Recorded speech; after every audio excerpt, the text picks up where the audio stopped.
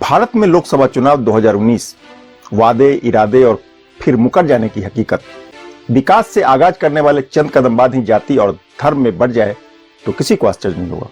चुनावी समय में जीत की पुरजोर दावों के बीच हकीकत की पड़ताल करने के लिए आज हमने पश्चिम बंगाल और उड़ीसा को चुना है। तो आइए देखते हैं हमारा ये रिपोर्ट।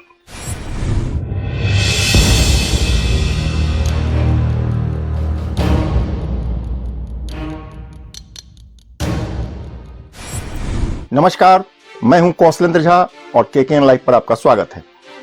खबरों की खबर और लीक से हटकर खबर को देखते रहने के लिए सबसे पहले आप केकेएन लाइव को सब्सक्राइब कर लें और सीधे हमसे जुड़ने के लिए केकेएन लाइव के ऐप को डाउनलोड कर लें। आप kkenlive.com पर सीधे भी विजिट कर सकते हैं। आइए शुरुआत पश्चिम बंगाल से करते हैं। कहते हैं कि वर्ष 2019 के लोकसभा चुनाव में पश्चिम बंगाल बीजेपी के लिए बहुत ही महत्वपूर्ण हो गया है।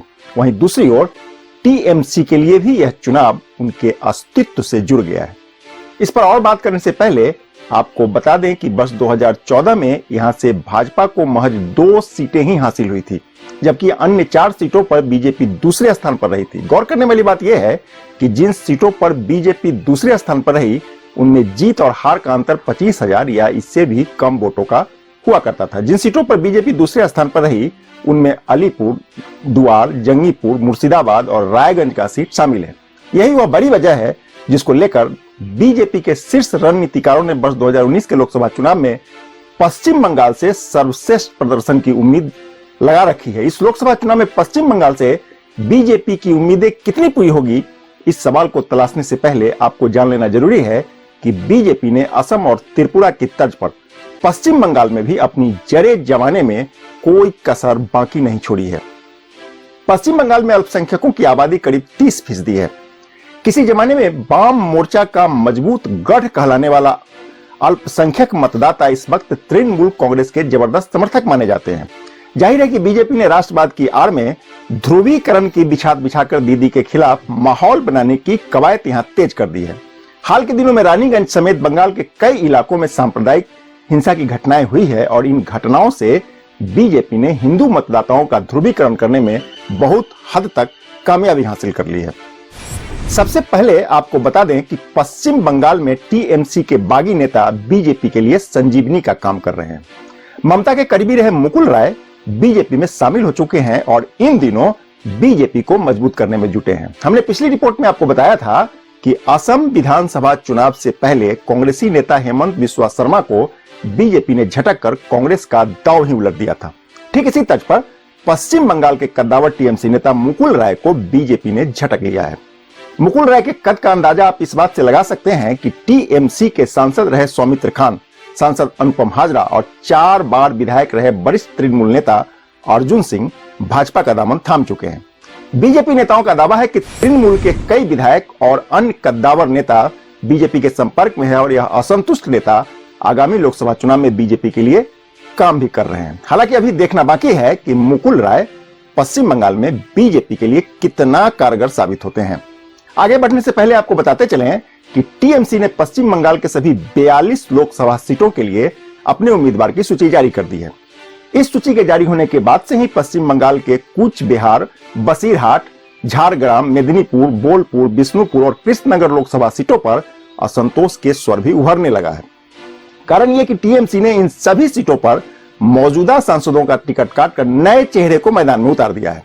इस बीच खबर यह भी है कि दक्षिण दिनाजपुर जिला प्रमुख और टीएमसी नेता विप्लव मित्रा ने बेलूर घाट लोकसभा सीट से अर्पित घोष को दोबारा टिकट नहीं दिए जाने पर अपनी नाराजगी खुलकर जाहिर कर दी है। अब बीजेपी इस असंतोष को हवा देकर अपने लिए राह आसान करने में जुट चुकी है। दूसरी ओर पश्चिम बंगाल में बीजेपी के भीतर भी असंतोष के स्वर अब उभरने लगे हैं। बाहर से आए नेताओं को पार्टी में अधिक तवज्जो देने से बीजेपी के पुराने साथी गुस्से में हैं। इस सब के बीच इसमें कोई दो राय नहीं है कि आज की तारीख में भी मुख्यमंत्री ममता बनर्जी के नेतृत्व में सत्तारूढ़ टीएमसी पश्चिम बंगाल में सबसे मजबूत जनाधार के साथ नंबर 1 की पार्टी बनी हुई है। दूसरी ओर इस हकीकत से भी इनकार नहीं किया जा सकता है कि धीरे धीरे ही सही बीजेपी ने भी पश्चिम बंगाल में पांव पसारना आरंभ कर दिया है।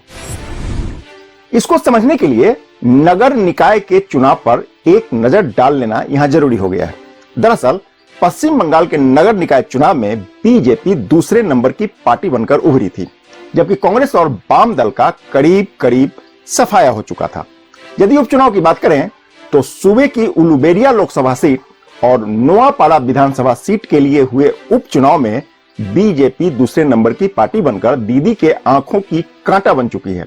गौर करने वाली बात यह है कि दोनों ही सीट के लिए उपचुनाव में बीजेपी का वोट प्रतिशत अप्रत्याशित रूप से बढ़ा और यही बात बीजेपी को उत्साहित करने लगा है। आपको बता दें कि उलुबेरिया लोकसभा सीट पर बीजेपी को वर्ष 2014 के लोकसभा चुनाव में 11.5% वोट मिला था, जो पिछले वर्ष हुए उपचुनाव में बढ़कर 23.29% हो गया। वहीं नोआपाड़ा विधानसभा में वर्ष 2016 में जहां बीजेपी को मात्र 13% वोट मिले थे, वह उपचुनाव में बढ़कर 20.7% हो गया। यानी बीजेपी के लिए दोनों ही उपचुनाव में वोट प्रतिशत का बढ़ना और लेफ्ट का वोट प्रतिशत कम होना एक बड़ा संकेत माना जा रहा है। फिलहाल दोनों ही सीट पर टीएमसी के उम्मीदवारों ने जीत का परचम लहराया था। बहरहाल बीजेपी ने पश्चिम बंगाल की कुल 42 में से 26 लोकसभा सीटों को जीतने का लक्ष्य लेकर काम करना शुरू कर दिया। हालांकि इसमें से 22 ऐसे सीट हैं जहां बीजेपी ने अपनी पूरी ताकत झोंक दी है। इसको समझने के लिए आपको बता दें कि केंद्र की मोदी सरकार ने इससे पहले आसनसोल में आधुनिक इस्पात प्लांट लगाकर लोगों के बीच अपनी मजबूत पैठ बनाने के पहले ही संकेत दे दिए थे। इसके अतिरिक्त भारत के कोलकाता से बांग्लादेश के खुलना तक बंधन एक्सप्रेस नाम से ट्रेन का परिचालन शुरू करके बीजेपी ने अल्पसंख्यक वोटरों पर भी डोरा डालना शुरू कर दिया है। केंद्र की सरकार ने बांग्लादेश के साथ तीस्ता जल समझौता करके दीदी के मजबूत किले को ढाने में कोई कसर बाकी नहीं छोड़ी है। जानकार मानते हैं कि पश्चिम बंगाल में कांग्रेस ने आगामी लोकसभा चुनाव अकेले ही लड़ने का मन बना लिया है। जाहिर है कांग्रेस पश्चिम बंगाल में चुनाव को तिकोना बनाने की पुरजोर कोशिश करेगी। सबसे अहम बात यह कि कांग्रेस की नजर भी अल्पसंख्यक वोटरों पर ही होगी, जबकि अल्पसंख्यक वोटर के कुबत पर ही टीएमसी का पश्चिम बंगाल में मजबूत किला खड़ा है। कहते हैं कि यदि कांग्रेस ने अल्पसंख्यक वोटरों में मामूली सेंधमारी करने में भी सफलता हासिल कर ली तो टीएमसी की मुश्किलें बढ़ जाएगी। राजनीतिक समीक्षकों का स्पष्ट मानना है कि देश के दूसरे राज्यों की तरह बीजेपी के रणनीतिकार पश्चिम बंगाल में भी राष्ट्रवाद को मुद्दा बनाकर चुनावी मैदान में ताल ठोक रहे हैं। इसके साथ ही बीजेपी पश्चिम बंगाल में नागरिकता अधिनियम और एनआरसी का मुद्दा भी जोर शोर से उठाने की पूरी तैयारी कर चुकी है। पश्चिम बंगाल के राजनीति को समझने के लिए एक बात और है जिस पर गौर कर लेना यहां जरूरी हो गया है। दरअसल देश को आजादी मिलने के बाद से 70 के दशक तक पश्चिम बंगाल की राजधानी कोलकाता को देश की औद्योगिक राजधानी भी कहा जाता था। वक्त के साथ साथ धीरे धीरे कोलकाता अपनी पहचान खोता चला गया। ठीक इसके विपरीत बीते 3 दशक में गुजरात विकास के पथ पर तेजी से आगे बढ़ा। मौजूदा समय में गुजरात को देश में विकास के मॉडल के रूप में पेश किया जाने लगा है। आपको याद ही होगा कि दीदी कैरियर लुक के कारण ही टाटा ने अपनी नैनो फैक्ट्री को पश्चिम बंगाल से गुजरात में शिफ्ट कर लिया था और इसी के साथ प्राइवेट सेक्टर की हजारों नौकरियां पश्चिम बंगाल के बदले गुजरात चली गई और कालांतर में पश्चिम बंगाल को इसका जबरदस्त खामियाजा भी भुगतना पड़ा। अब पीएम मोदी के नेतृत्व में बीजेपी ने पश्चिम बंगाल के युवाओं को एक बार फिर से रोजगार का सपना दिखाना शुरू कर दिया है। पश्चिम बंगाल को फतह करने की यह उनकी पुरजोर रणनीति के तहत किया है। दीदी को चुनौती देने के लिए उन्होंने यह रणनीति अपनाई। हालांकि इसकी परिणति क्या होगा, इसके लिए थोड़ा और इंतजार कर लेना अभी लाजमी होगा। अब आइए बात उड़ीसा की करते हैं। उड़ीसा की कुल 21 लोकसभा और 147 विधानसभा सीटों पर 4 चरणों में वोट डाले जाएंगे। सत्तारूढ़ बीजेडी को चुनौती के लिए बीजेपी और कांग्रेस दोनों ने यहां कमर कस ली है, लिहाजा यहां त्रिकोणीय मुकाबला होने के आसार बन गए हैं। कहते हैं कि प्रदेश में सत्ताधारी बीजेडी को चुनौती देने के लिए बीजेपी ने पूरा दम लगा दिया है। बीजेडी के कई नेता बीजेपी ज्वाइन कर चुके हैं और इनके दम पर ही बीजेपी प्रदेश में बेहतर प्रदर्शन करने की उम्मीदें पाले बैठी है। दूसरी ओर बीजेडी ने मुख्यमंत्री नवीन पटनायक के नेतृत्व में अपने गढ़ को बचाने की रणनीति पर पुरजोर तरीके से काम शुरू कर दिया है। वर्ष 2014 के लोकसभा चुनाव में सत्तारूढ़ बीजेडी को ओडिशा की कुल 21 लोकसभा सीटों में से 20 पर जीत मिली थी, जबकि एक सीट बीजेपी के खाते में गई थी। यही वह बड़ी वजह है कि बीजेपी के शीर्ष रणनीतिकार पश्चिम बंगाल के साथ साथ अब ओडिशा में बेहतर प्रदर्शन करके हिंदी पट्टी में होने वाले संभावित नुकसान की भरपाई करने के लिए एड़ी चोटी का दम लगा रहे हैं। पिछले लोकसभा चुनाव के दौरान ओडिशा में 66.6% मतदान हुआ था, किंतु इस बार ओडिशा की राजनीतिक फिजा बदली हुई है। पिछले साल ही ओडिशा के कंधमाल में राष्ट्रीय स्वयंसेवक संघ के बड़े नेता लक्ष्मणानंद की हत्या के बाद भड़की आक्रोश अभी थमा नहीं है और अंदर खाने चर्चा है कि मौजूदा लोकसभा चुनाव में बीजेपी इसको बड़ा मुद्दा बनाकर चुनावी बैतरनी को पार कर जाना चाहती है। बताते चलें कि भाजपा के बड़े नेता और पार्टी के राष्ट्रीय प्रवक्ता संबित पात्रा ओडिशा राज्य से ही आते हैं और पूरी लोकसभा निर्वाचन क्षेत्र से उनका चुनाव लड़ना इस बार लगभग तय माना जा रहा है।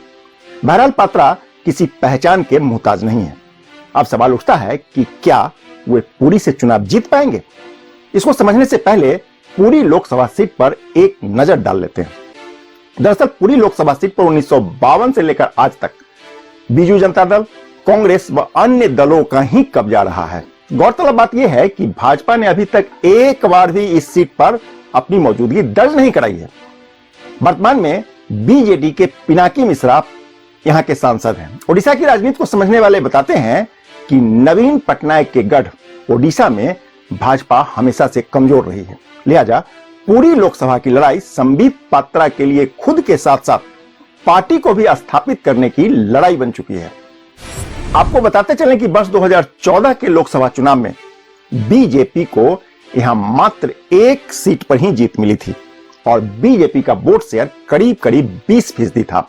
इसके मुकाबले वर्ष 2014 के लोकसभा चुनाव में 20 सीट जीतने वाली सत्तारूढ़ बीजेडी का वोट शेयर 44% था। इस लिहाज से देखें तो ओडिशा में बीजेडी की मजबूत पकड़ से किसी को भी इनकार नहीं है, किंतु राष्ट्रवाद को मुद्दा बनाकर मौजूदा लोकसभा चुनाव में बीजेपी ने ओडिशा की राजनीति में अपने लिए संभावनाएं तलाशने की जो मुहिम शुरू कर दी है, उसका नतीजा क्या होगा? इस सवाल का जवाब तो 23 मई को परिणाम की घोषणा के बाद ही पता चल पाएगा। इस बीच एक बात और वह ये कि बीजेडी पिछले 19 वर्षों से ओडिशा की सत्ता पर काबिज है। इससे पहले ओडिशा में बीजेडी और बीजेपी का गठबंधन भी रह चुका है। हालांकि वर्ष 2009 के लोकसभा चुनाव से पहले ही यह गठबंधन टूट गया था। बीजेडी अकेले दम पर चुनाव में उतरी और वर्ष 2009 में ओडिशा की 14 सीटों पर कब्जा कर लिया, जबकि वर्ष 2014 में बीजेडी ने ओडिशा की 20 सीट जीतकर अपनी जबरदस्त लोकप्रियता साबित करने में कामयाब रही। ओडिशा की राजनीति पर करीब से नजर रखने वाले बताते हैं कि मुख्यमंत्री नवीन पटनायक की लोकप्रियता में कोई कमी नहीं आई है। बावजूद इसके सत्ता विरोधी लहर के स्वर भी वहां उठने शुरू हो गए हैं। खासकर बीजेडी के कई ऐसे सांसद हैं जिनसे जनता बहुत नाराज है और बीजेपी इसी नाराजगी का लाभ लेने की जुगत में है। ओडिशा की राजनीतिक सामाजिक हालातों का अध्ययन करने के दौरान पता चला कि हालिया वर्षों में पश्चिम ओडिशा के इलाके में बीजेपी ने अपनी मजबूत पकड़ बना ली है, जबकि पूर्वी ओडिशा में अभी भी बीजेडी की पकड़ में कोई कमी नहीं आई है। बता दें कि पश्चिम ओडिशा का इलाका कभी कांग्रेस का गढ़ हुआ करती थी और आज भी कांग्रेस के रणनीतिकारों को यहां से खासी उम्मीदें हैं। बीजेपी ने ओडिशा में विकास और राष्ट्रवाद के साथ किसानों के मुद्दे पर सत्तारूढ़ बीजेडी को घेरने की तैयारी शुरू कर दी है। यह एक दिलचस्प पहलू यह भी है कि बीजेपी का शीर्ष नेतृत्व ओडिशा के मुख्यमंत्री नवीन पटनायक के खिलाफ उतना आक्रामक नहीं दिख रही है जितना कि पश्चिम बंगाल के मुख्यमंत्री ममता बनर्जी के खिलाफ दिखाई पड़ता है। जानकार इसकी बड़ी वजह भी बताते हैं। मसलन चुनाव के बाद यदि केंद्र की सत्ता में जरूरत पड़ी तो बीजेडी को साथ लेने की संभावनाओं को बीजेपी के रणनीतिकार बनाए रखना चाहते हैं। आपको स्मरण होगा कि पिछले दिनों जीएसटी, अविश्वास प्रस्ताव और एनआरसी जैसे कई गंभीर मुद्दे पर बीजेडी ने परोक्ष रूप से केंद्र सरकार का समर्थन करके इस आशय के पहले ही संकेत दे चुकी है। हालांकि मौजूदा लोकसभा चुनाव के आईने में बीजेपी के लिए ओडिशा कितना मददगार साबित होने वाला है, इसका जवाब 23 मई को ही मिलेगा। मिलते हैं अगले सप्ताह एक और विश्लेषण के साथ। तब तक के लिए नमस्कार।